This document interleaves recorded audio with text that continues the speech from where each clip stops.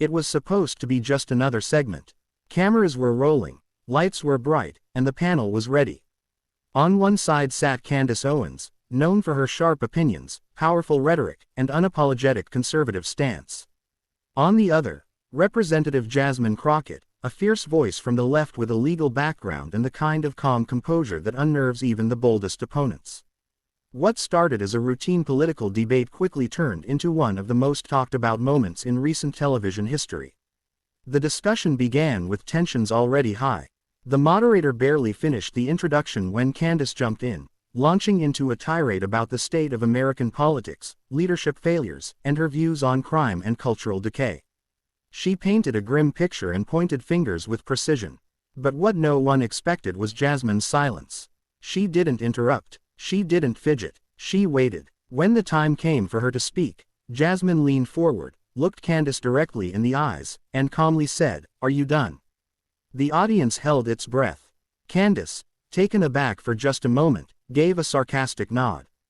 Jasmine continued, not with emotion, but with facts.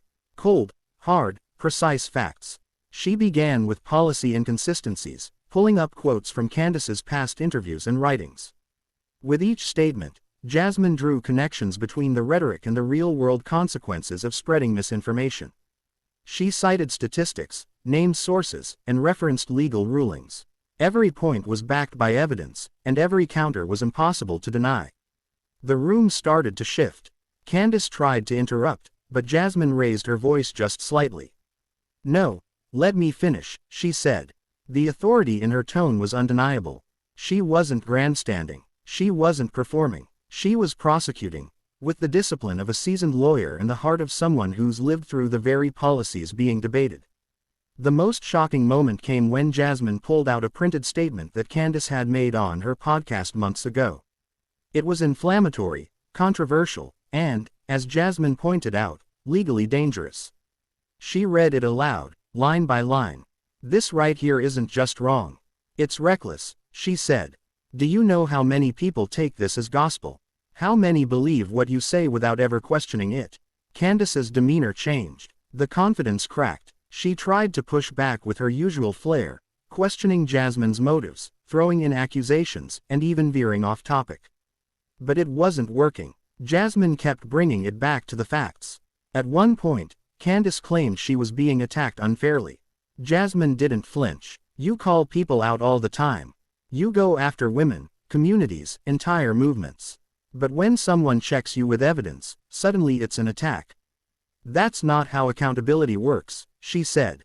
The audience, the panel, even the producers, everyone felt the shift.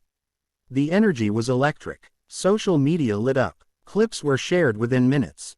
Hashtags started trending. People weren't just watching. They were witnessing something. A takedown, yes, but more importantly, a moment of truth. Jasmine wasn't just defending her position. She was challenging a narrative, questioning the motives behind media influence, and showing what it looks like to fight disinformation with discipline. Candace tried to regain control by shifting the debate to personal responsibility and culture. She made sweeping statements about inner cities, about education, about victim mentalities. But Jasmine was ready. "You talk about personal responsibility, but what about yours?"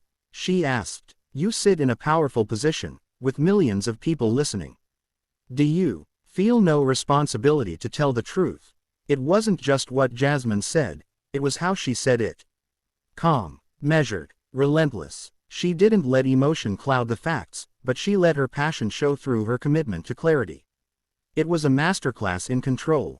Candace, clearly flustered, finally resorted to mocking Jasmine's voice and tone.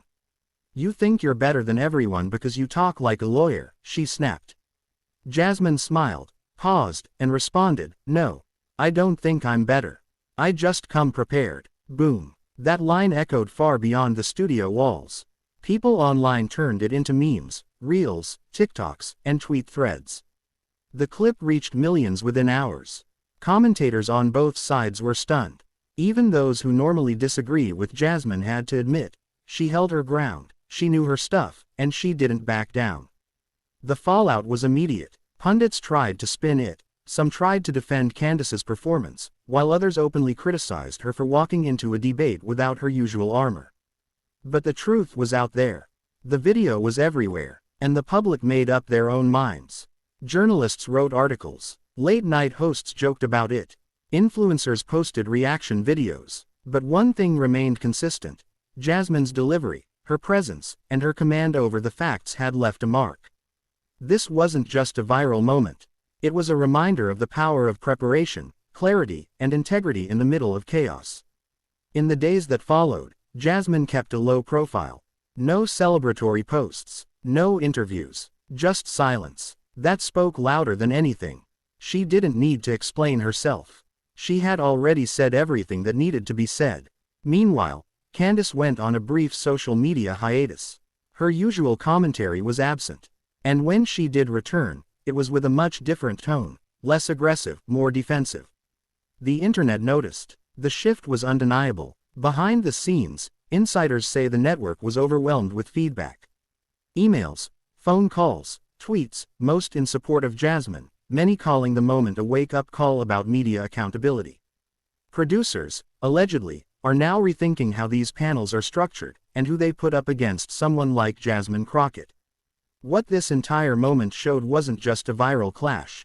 It was a warning to those who come unprepared, to those who rely on soundbites rather than substance. Jasmine Crockett didn't win the moment because she yelled louder. She won it because she was right, and she proved it with discipline, knowledge, and precision. This kind of moment doesn't happen often. But when it does, it reminds us that intelligence, preparation, and calm under pressure are still the most powerful tools in any debate. Candace learned that the hard way. And those watching, they learned something too. In a world full of noise, truth still cuts through, and when delivered by someone who knows what they're talking about, it's not just powerful. It's unforgettable. Candace Owens may have walked into that debate expecting to control the narrative. But what she found was a storm she wasn't ready for, a storm named Jasmine Crockett. And once the dust settled, only one voice remained standing, clear and undeniable. It was the voice of reason. The voice of truth. The voice that refused to be silenced.